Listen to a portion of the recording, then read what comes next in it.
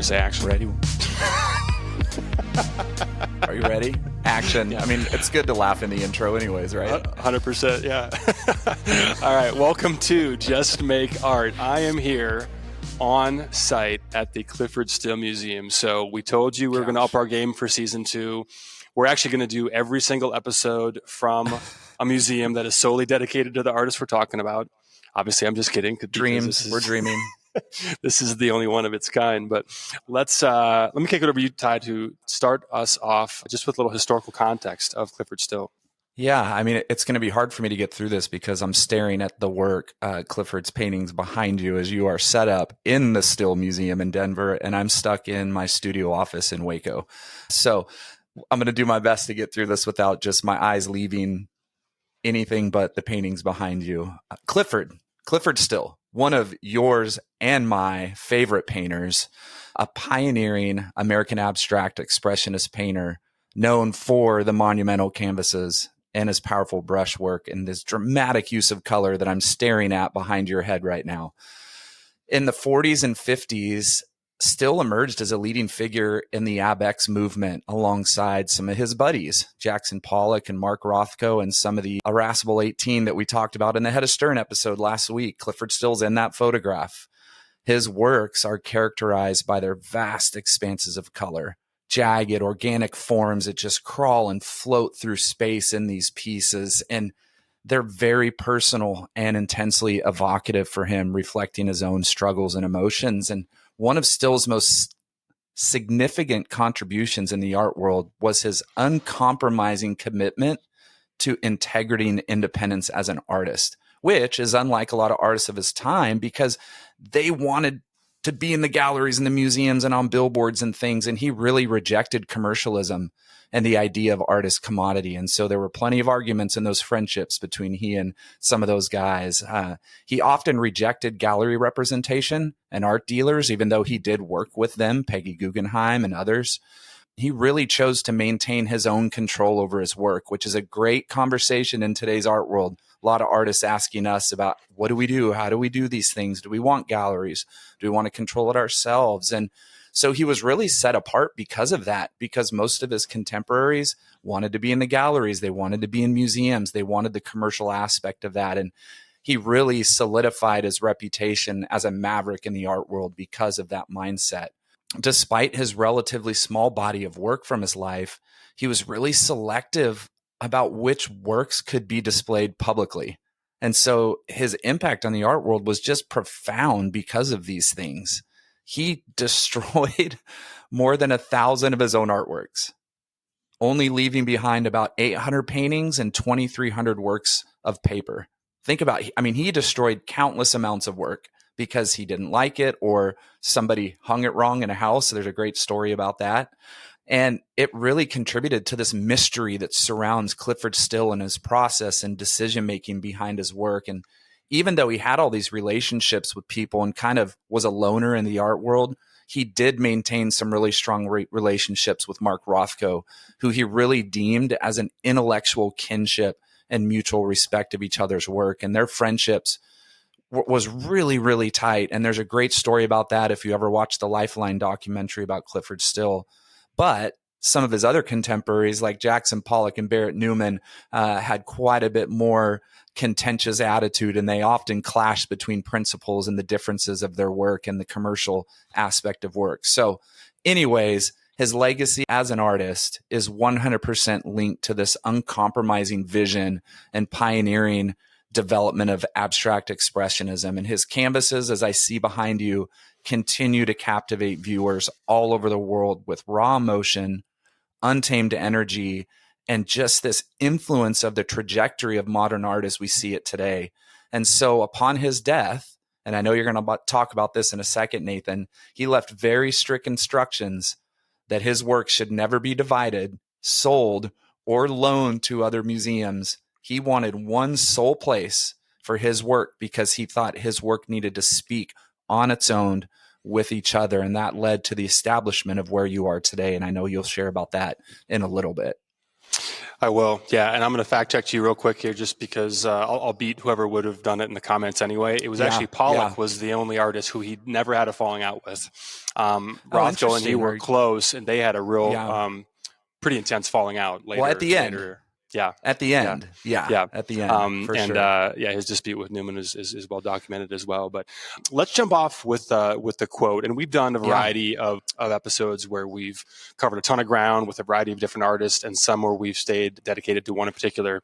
For obvious reasons, today we're going to stick with Clyfford Still quotes. Still. But it was difficult to decide which one we should start with, and we got a lot to choose from. So I suspect this will be one of probably multiple episodes on Clyfford Still. But I wanted to start with this quote. Art is a bridge between the conscious and the subconscious, between the known and the unknown. I'll read that one more time. Art is a bridge between the conscious and the subconscious, between the known and the unknown. Do you think Rick Rubin would love that quote? That would fall right into the creative act. I can hear him talking about that at length. Yeah, I love this quote for a lot of reasons. I think one of the reasons why I wanted to start with this specifically is just the experience of taking in his work in person and seeing it. The scale, the intensity. It's an experience, and I really wanted to kind of share a couple stories. This is my fourth time here. Once I've been here by myself, which has its advantages to those of you that work through a museum at a slower pace.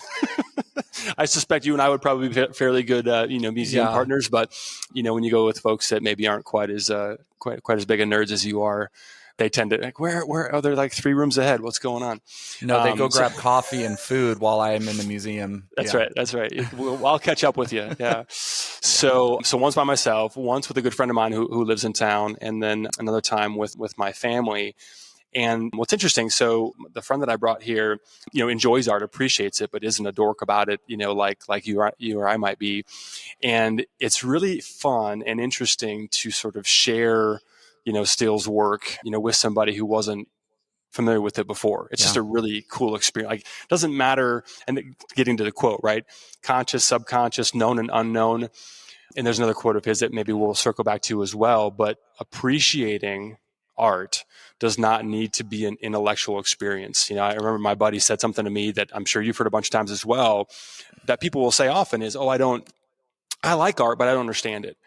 And at the end of the day, the question is, do you enjoy looking at it? Do you enjoy the experience, of being with it? And of course, there's plenty of, academic, reasons and other aspects and elements to appreciate as well.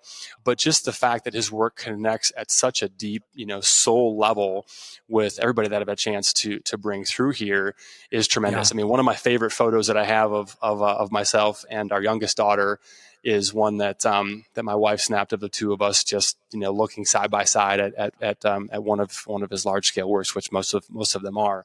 But it's one of my most cherished photos. In fact, our youngest daughter Ella, has got a print of his hanging over her bed. As a matter of fact, she got it at the gift shop here. So I want to kick back to you. How does that quote resonate with you, and how do you? There's a lot of ways to interpret and discuss that particular quote. There's so much in that, because unconscious, conscious, right? Spiritual, all these super deep, very deep, heartfelt, big thought, big experience moments. And with his work, that's what he wanted. He really wanted somebody to have a deep spiritual experience with his work.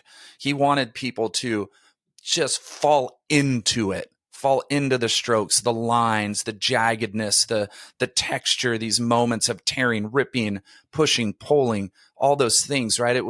He was inviting you and your entire being some solace, maybe a chance to find some purpose, maybe a chance to really search your self-identity in the spiritual space that exists between the viewer and his work, and I feel like when he was working, he was trying to enter into those moments. And he talks about it when he says, I left the image, I left the figure, I left these things to find the spiritual, right? To find the unconscious moments. Talking about Rick Rubin, we both read his book, and those things, it really falls into that conscious and subconscious bridge between the creator and the creation. Go ahead. When you just think about work that's like, it's not an easy line to walk to create work that balances both soothing and very challenging all at the same time. Sure. And I think that Still's work absolutely does. I mean, there's see, now it's actually I tried to spend some time in here so I wouldn't be distracted and just trail off and get there's lost, no way. But most of these pieces have elements of both, and I think it depends largely on the viewer and largely on the state that one might be in when they're taking in the work. That's why this is such a special place to be able to. I mean, I told some other friends of mine that I saw over the weekend here, I was like, have you been to the Still Museum? No. I said, you have to, don't just come once, but like plan it out. Is it 3 shows per year? About three shows per year, because they've got such a deep archive. I should mention I've got Sonia Anderson-Vai, who's the director of marketing here at the Still Museum, who's spotting me and going to be my fact checker and making sure that I don't throw any soup on any of the of the pieces. But I mean, this really is a special place. I think. I mean, you talked about the conviction that Still had around his work, and I'd like to read an excerpt from his will, which led to this place being created. So. And we'll put the graphic up for people who are watching this on YouTube as well. But I give and bequeath all the remaining works of art executed by me in my collection to an American city that will agree to build or assign and maintain permanent quarters exclusively for these works of art and assure their physical survival, with the explicit requirement that none of these works of art be sold, given, or exchanged, but are to be retained in the place described above, exclusively assigned to them in perpetuity for exhibition and study.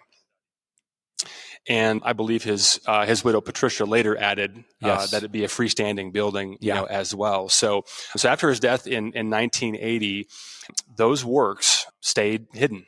Stayed with Patricia and the home that they had lived in, and 25 different cities. There were 25 attempts to get the Clyfford Still collection to come to their city before Denver was finally awarded that privilege. And so the museum here has 3,125 works, which, get this is still mind-blowing, even though I've known this for a while, makes up 93% of the work that he made over the course of his lifetime.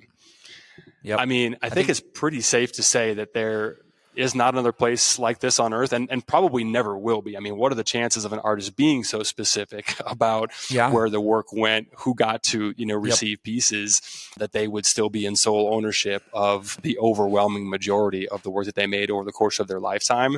And so this really is, a special space. I mean, a chance to get to see the progression, of such an impactful artist over the course of their career from the beginning, to the very end. One of the things that I was really excited to see today were some of the works on paper that he made, with pastel that are dated 1979, 1980, some of the last things, that he made, and after he wasn't able to paint anymore. It's pretty tremendous. And so when Denver was awarded the privilege of being the sole host of all these works, I believe they broke ground in 2009, and the museum opened in, I think, November of 2011. And so couldn't recommend more. If you have a reason to be in Denver, or just looking for a little art travel, please come here. It's unlike anything else that I've seen before. Well, I have a story to fit into to our quote. So Mandy and I, my wife Mandy, we were there a few years back at the museum at the Still, and it was her first time seeing Clyfford Still's work. I've seen 2 pieces, I think, in my lifetime. I think one was at Fort Worth Modern, I believe. No, I think it was actually Museum of Fine Arts Houston has a Clyfford Still piece, and I don't know if it's on loan or if it's part of their permanent collection. There are a few pieces out there in the world in museums. I know Albright Knox Museum in Buffalo has a few works. He was dear friends with the Albright Knox family. So anyways, Mandy's gone to a lot of museums with me. She's seen a lot of great work. And when we walked into the Still, she hit this moment, right? That conscious, subconscious moment. And she just stopped and went, wow. And she's around art. She's an artist's wife, so she's around a lot of art and a lot of art conversations. And so she just stood there staring and walking and looking. And there was it's almost that moment where the subconscious and the conscious meet, right? So it's kind of like those moments of divine, you would call it a thin place in the old Celtic religions in Ireland, that thin place where the places of heaven and earth meet, where the subconscious and the conscious meet. And there's this moment of, we've all had it when we've seen specific artwork where we stop and some moment happens to hit us and we just go, what is happening to me right now? A lot of people experience this with Rothko's. A lot of people have that deep spiritual moment with Rothko's where those two things meet. And I think, what a win, what an incredible legacy for an artist who's left his work behind, and people continue to find that bridge when they experience the work in person. 100%. And we were saying that as we were walking through earlier. Sonny was nice enough to give us a personal tour, but we were talking about how it's kind of ironic that because he was so specific about who got to, receive and own his work during his lifetime, that's what made it possible for everyone to view almost all of his work, for the rest of time, which is pretty extraordinary. I want to jump off to another quote. Yeah. That I think relates well to the first one as well. He said, "I am not interested in creating a painting that is an illustration. I want to create something that has its own life and power." And again, you don't need to see these in person to see how true that is. But when you do, it's just something else. I mean, this work has a vibrancy, a life, a power to it that I rewatched the documentary yesterday, and I forget who had said this, but somebody made reference to the fact that his work would be just as relevant if somebody was making it today. And you think about that, like that's, we're decades removed, from that period of time, 70 plus years. And so to be in a place where to have made work that had life and power then and still has it now and then some is absolutely, tremendous. I think you'd be hard pressed to, I'm sure we could come up with a list of other artists who have a signature style that is that distinctive, or is as distinctive. But I think you'd have a hard time finding somebody whose style was more so, than Still's. And so I'm curious, how do you think about that quote? Because there's kind of two very distinct, elements to it. Well, I think you have to really look at the abstract expressionists and how they work with paint. So talk about leaving the figure and leaving the illustration and those things. And when you're thinking about the abstract expressionists and paint, it's the paint itself that is communicating strongly. So we have to look at the example of how they dealt with their paint. So we receive their images or their paintings by how we look at the paint. So they were all different in their process, right? From Pollock to Rothko to Joan Mitchell to Helen Frankenthaler. But still, right, he used palette knives and trowels, and he made his paints from pigments. All of his paints were homemade, right? And he created those things. And so we have to look at how he painted and the way he used paint. And to piggyback a quote, he said, "I want to be in total command of the colors as in an orchestra. They are the voices." So that taps right into what you said as he's leaving one and moving to the other. So I think too, when we talk about that spiritual juxtaposition of conscious, subconscious, exploring mystery in his work in these things, you can get a soulful, mellow, beautiful feeling, but you can also get a very violent, fighting feeling as if he's fighting with his soul to discover who he is, what he's about. Because you think about the act of thick handmade paint on a trowel, you can see it in his work. There are moments of violent aggression, like moving that paint and slapping it around. And so just thinking about his paint being the orchestra and picturing the orchestra, right? And you have the tubas and you have the violas and you have the brass section and the woodwinds and you have the drum, all these different things are playing different parts within the sound of the music. You may have a violent tone coming across from a certain instrument. You have made beautiful floating sound like a flute playing in the background, and they all work in harmony together. That's how I feel when I see his work. Absolutely. And what is art if it's not about exploration and discovery? He worked on all of these pieces, that are, 10, 12, 14 feet tall, on a ladder. I just learned that this morning. So never worked on the ground. It was always already, stretched and hung. So he was on a ladder, in his space and really working with the paint, really working with the material. It's funny you bring that up. The current exhibition is all about conserving the work, and all the steps that go towards, conserving pieces that have, in many cases, a number of layers, really, really built up. I mean, that's part of what gives them such vibrancy and such life. But to be up close and personal and to see those marks, to see exactly how, those marks were made with the brush, with the palette knife, with the trowel, it's quite something. And the depth, the way that those colors are in harmony with one another, and the way that they just, to the, musical, analogy or metaphor, that the way that they just sing is, it's quite something. I'm probably not doing too well today. I'm probably not contributing a whole lot just because Synthesia overload. That's exactly right. Well, I have a question for you. Yeah.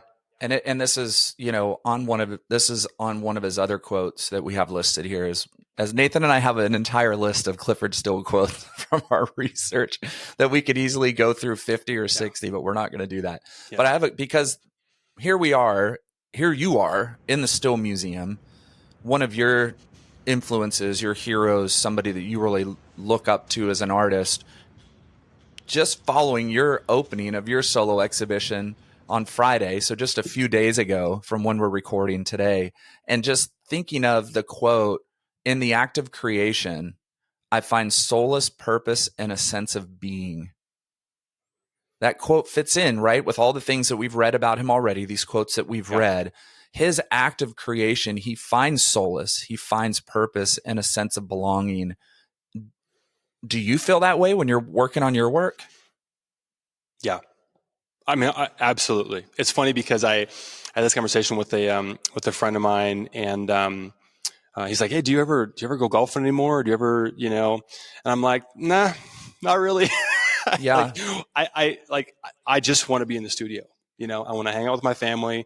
I want to get outside, run around, sweat once in a while, and hang out with my family and be in the studio. Like, that's what I want to do, So I oftentimes have studio visits where people are just coming by to hang out and kind of see what I'm up to. But yeah, that's where I want to be. That's where, and I think as artists, like, if that's not where you find solace, if that's not where you're setting out to discover and really mine the depths of your soul, and you and I have talked about this, but, I think that it wasn't until I was in the regular practice, of art making that I really got to know aspects of myself that I wasn't either familiar with at all, or certainly didn't have the space to explore or understand. Yeah, that's the power of art. It's funny. So Asher, that's who it was, Sonia. Ash. So there was an employee who works here who was at the opening on Friday, and and he we hadn't even made the connection about the museum, but he had been following me for on Instagram and was talking about the work, and he pointed out one piece. He goes, "This reminds me of a Clyfford Still lifeline," and I was like, "Oh my gosh, I don't care what anybody else says. I don't care if any of these pieces sell. You just made my night, Ash." It was super cool to hear that comparison. But yeah, I mean, I think that's really, I mean, actually, that's probably a good transition into our next quote, and I'll toss it back to you. But a work of art should be so powerful that it bypasses the intellect and speaks directly to the emotions. Yeah. And we've talked about this a lot, right? I'll throw in my 2 cents and kick it over to you. But we've talked about this a lot, how, the intent of the artist is relevant. There's certainly any number of intellectual conversations that can and should, be had around the work. But if it's not speaking directly to the emotions, if it's not connecting on an emotional level, is it really a successful piece of art? Yeah, that's such a big conversation, because now we're bringing the viewer into the audience, into the majority of that conversation, because like we said earlier on, how you walk into the museum that day could completely project work in a different way or a new way or an old way. You may stop at different paintings you didn't stop at before. You may skip the ones that have moved you before. So a lot of it too, just our personal attitudes or character or what we're dealing with or how we're seeing the world even, today could completely impact how that work speaks or how that work moves to you as the viewer. Now, talking about Clyfford Still, I think he put an enormous amount of time trying to bring those emotions and those connections out in his work to move the viewer to a raw, instinctive level of viewing the work. So he's putting effort and time into how the viewer is going to see it by exploring himself in his own personal depths of his soul while he's creating. I mean, listen, if you're an artist in the studio, you know the truths your work brings out about you when you're working on it. You are at your, and we've talked about this before, you're at your purest form of true self when you're making art in the studio. You are exactly who you're supposed to be. Yes. It should be where you feel most alive. And it should also be, like Clyfford Still, the place where you're working out who you are in your work. So there are artists that don't do that. There absolutely are. There are artists that go in to create. They're just going to make stuff, going to make pretty work, going to make decorations. I'm not opening up an argument or a conversation about this. I'm just saying there are differences in artists. There are artists who are completely, they want the commercial level. They want to create commercial art and get in these things and be on billboards and do all this stuff. And that's one thing that Clyfford Still got in big fights with some of these guys about way back in the day was, no, you're selling out to the commercialism just to sell work and be famous. I think every artist wants that. They want the fame. They want the recognition for your work. But there is a separation before I'm not willing to give in to the machine and just make something to be a commercial success.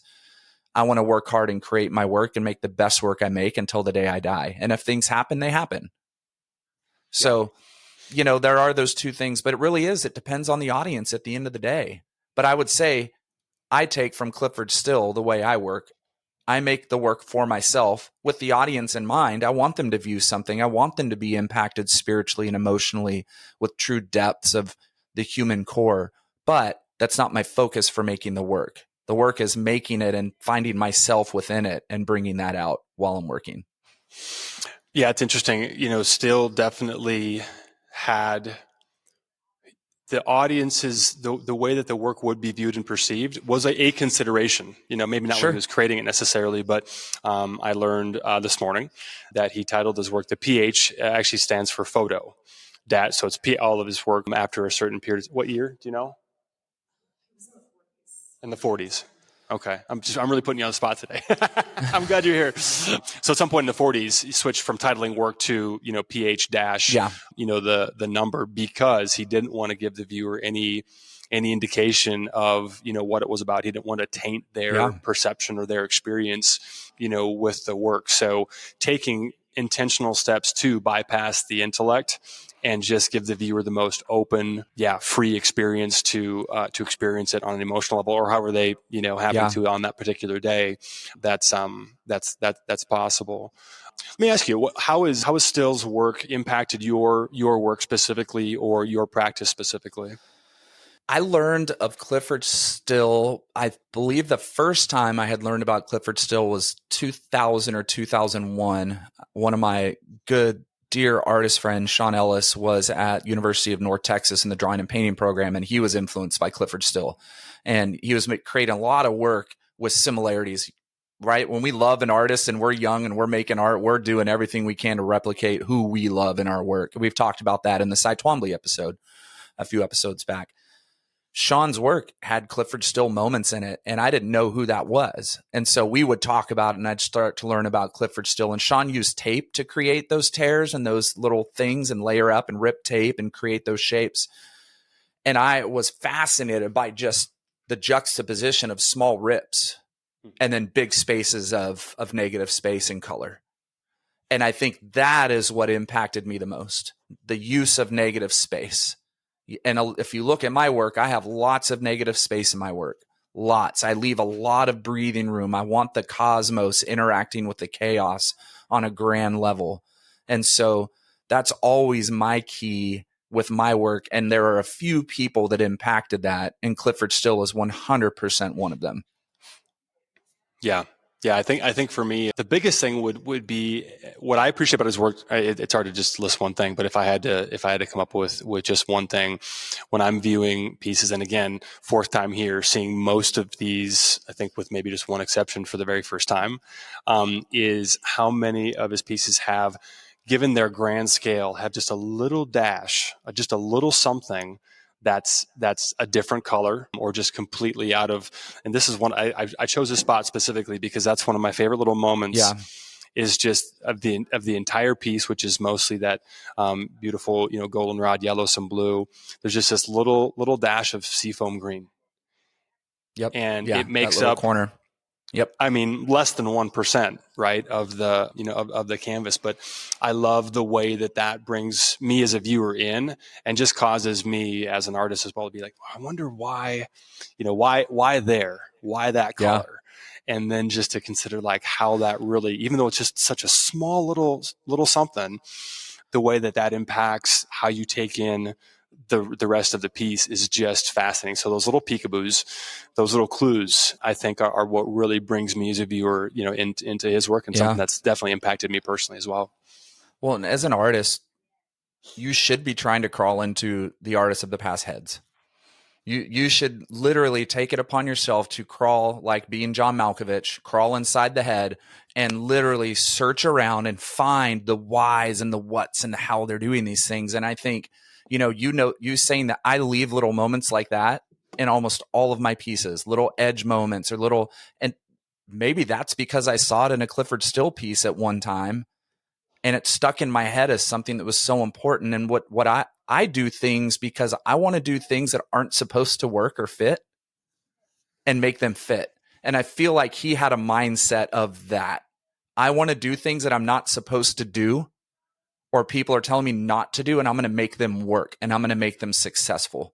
I mean, that's part of his nature. I feel like was, I'm not going to live in New York at the height of my career, just like everybody else. I don't need to. I'm going to live somewhere else. I don't need the commercial success of every big gallery out there in New York and LA. I'm going to do it on my own. He really fought those things and wanted to make him fit because he was great at what he did, and not leaning on everybody else to make that happen. Well, and just how you referenced it at the top, but just how uncommon that was then and is now, to be so convicted about what you're doing and to maintain that conviction, in his case for years, without a lot of public interaction, or feedback, and just to maintain that consistency of vision and execution of that vision is incredible. You and I might have a difficult time in John Malkovich's mind with those 4-foot ceilings being of above average height. That might, but I wonder, think of how many people maybe tried to do that. Tried to like do something like Still did, but failed, or disappeared, or turned around and said, well, this is too hard. I'm going to go ahead and take I don't know. I don't want to put any names out there just to make it, or just to, get my name out there. So the only person in my head that comes to mind is Larry Poons, that after his success as a young artist, he said, I don't want to make my dot paintings anymore, but everybody wanted them. So he left the art world completely, and then made his own work that he wanted to make for so long. And then I think it was 30 years later, the art world came back and said, oh, actually, we want all this new work. That is a really interesting point. I mean, it's easy to romanticize, that story because it worked out. But there are certainly, a number of artists who have, toiled away in obscurity and stayed there, Well, let's say he sold work, right? Yeah.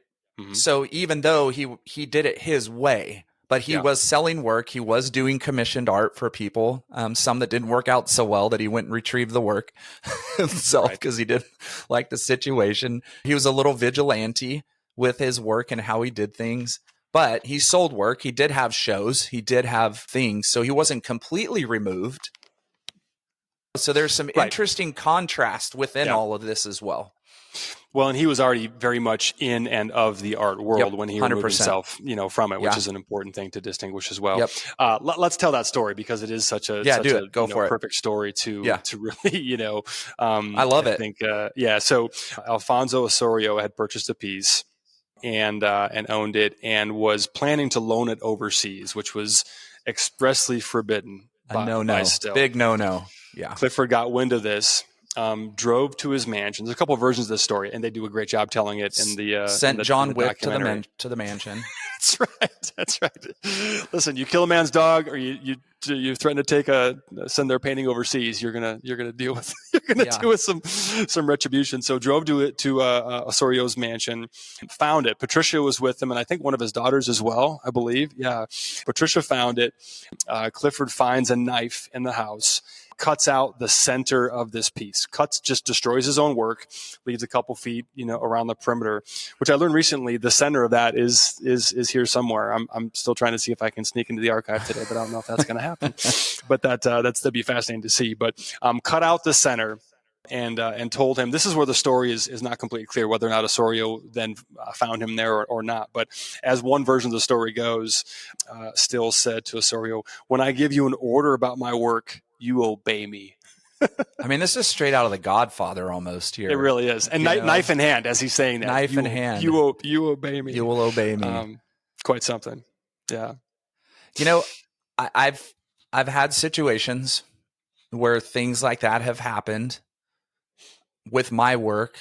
And it's not that I had rules or have anything with my work, but where somebody may buy it and then it doesn't fit the space. So then the person cuts it to fit the space or reframes it, or somebody takes it to a framer and the framer didn't follow instructions and cut the piece wrong and things. So I know that feeling inside of the work not being represented the way it was truly supposed to be represented. And I think even for him, he's so strict on how his work is represented. If I sell it to you, it is for you. It's to go on the wall that I created it for, or how I created it to be with these other paintings. Those things, I don't want to be in the room with Rothko and Pollock. I get my own room of my work because my work isn't to be seen with those other works. It won't reflect the work as well. So you have these things. I know that feeling of, did they use me? Did they not truly care about the piece? And I think for him too, my piece isn't a poster in a frame to be shipped around the world and shown by other people. It was for a purpose. This is the purpose here is. So I know that feeling. Now, I don't think I'll go to the lengths of Still and the family and the crime family going after the piece, but I love that story. I mean, those are the stories that make the art world just so alive and beautiful in the history books. I mean, it's probably a good idea to at least put the knife down before you confront the human being. If you're gonna, you know what I mean? Here, hold this. That was his raw intensity. Yeah. That's what set him apart and made him successful by pulling himself away and being set apart, was that raw intensity with his work. Yeah. No, absolutely. I feel like we're coming up on a natural ending point, but I wanted to throw one more quote into the mix and then maybe see if we can't break down a takeaway or two for the kids. But this quote, "I do not seek perfection. I seek truth, authenticity, and raw expression." I do not seek perfection. I seek truth, authenticity, and raw expression. And I'll take first crack at this one time before I ask your thoughts on it. But I think that one of the things that is so striking about, again, viewing the work, in person is, like I mentioned before, seeing all the marks, all the brushstrokes, all of the imperfections. That's what makes his hand obvious. Perfection isn't interesting. Yeah. It's the imperfections is really where the interest and that authenticity, really where that expression lies. And I think that when we're thinking about, as artists, how am I seeking my truth? How am I trying to express myself, authentically? I think that that's a really important thing for all of us to keep in mind, is just the value of setting aside, unless you're into hyperrealism and perfection is part of the objective. But apart from that, to really, not just try and hide the imperfections, but to really lean into them. to really Yeah. Yep. embrace some of those authentic, raw moments, in a piece. And even when it may not look like your style or what you think you were intending to make in the first place, at least consider keeping it. At least Yeah. consider, leaning Yeah. into that as opposed to shying away from that. And I'll just share my personal experience. And this is Yeah. something that you really helped me with personally was I remember all of the time that I would spend resolving a piece, and I'd get to a certain portion that I wanted to. It just wasn't quite right, and I wanted it to look like a step that I had done, whatever 3 or 4 moves previous. And the lengths that I would have to go to try and sort of, recreate and almost manufacture sections of a piece to get it to look a certain way that was, I guess, and it's been a while since I've created that way, but I guess consistent with, whatever my vision, was when I started. And it really wasn't until I was able to, and I still fall in that trap, from time to time, but Yeah. until I much more consistently set that perfectionism aside and realized, what am I making this for? Right? Back to what we were talking about before, as far as that act of creation, finding soulless purpose, Yeah. sensible. I tell you what, never once when I'm caught up in my perfectionist self, when I'm stuck in that mode, never once do I feel solace, purpose, or a sense of belonging. I feel a sense of duty, responsibility, and just flat out drudgery. It's task oriented, and Yeah. that's not how I, choose to make art. So, what are your thoughts on that?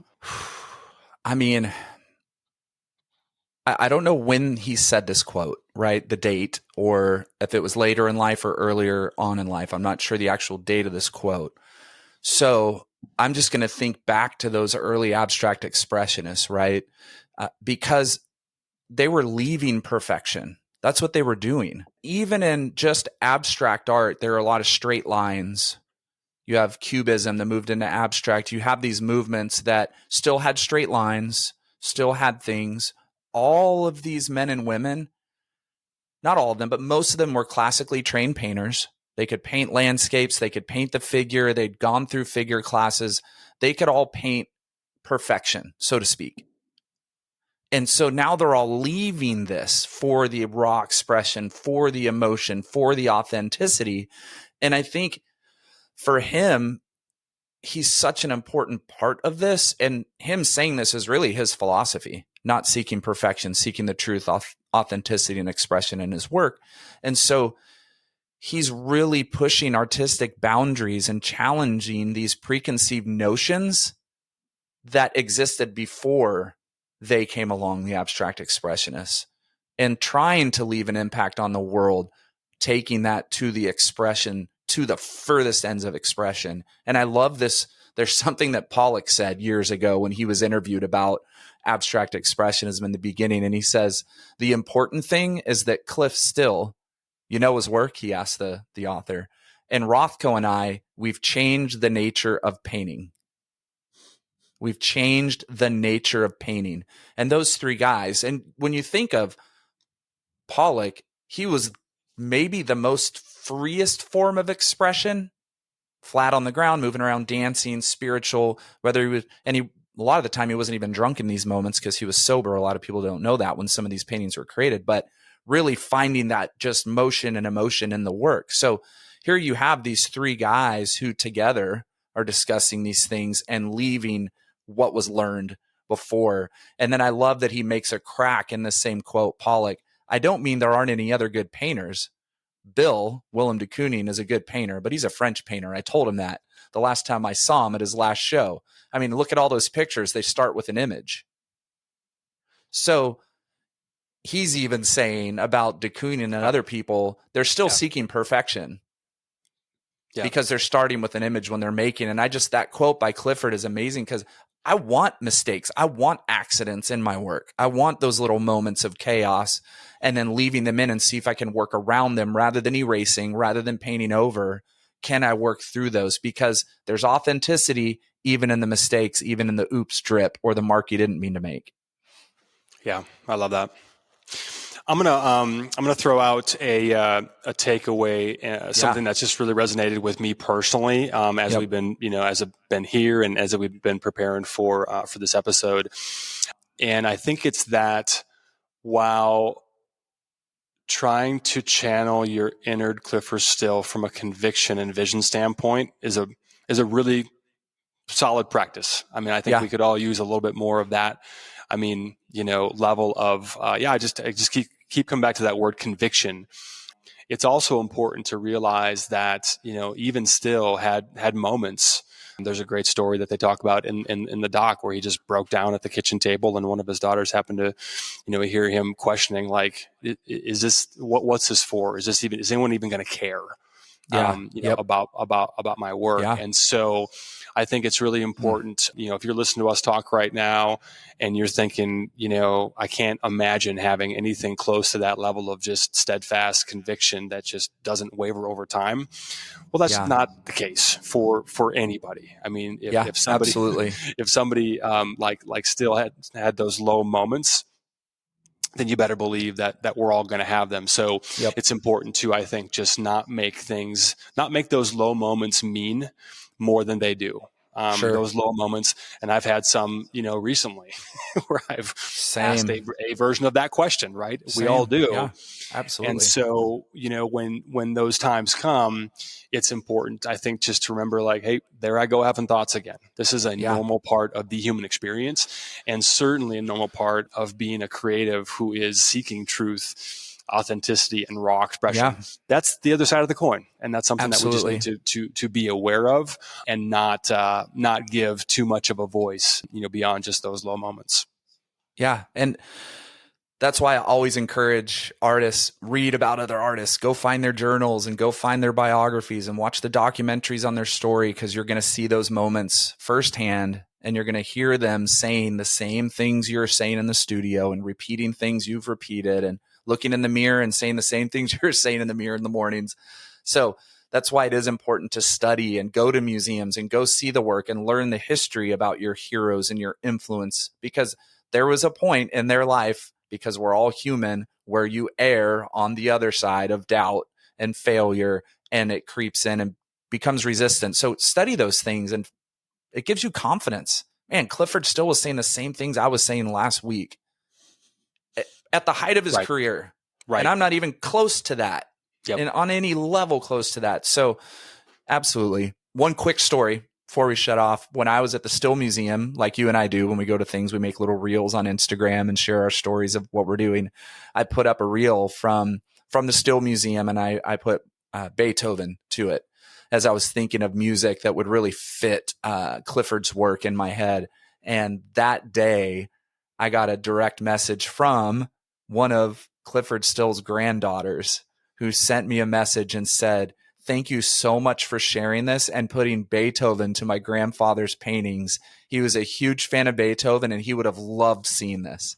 So that's awesome. I just have to say, to me, as the artist, when we talk about wins and losses and those things, that was such a win for me. That what in the world? How random and crazy, but also how cool that she's still today.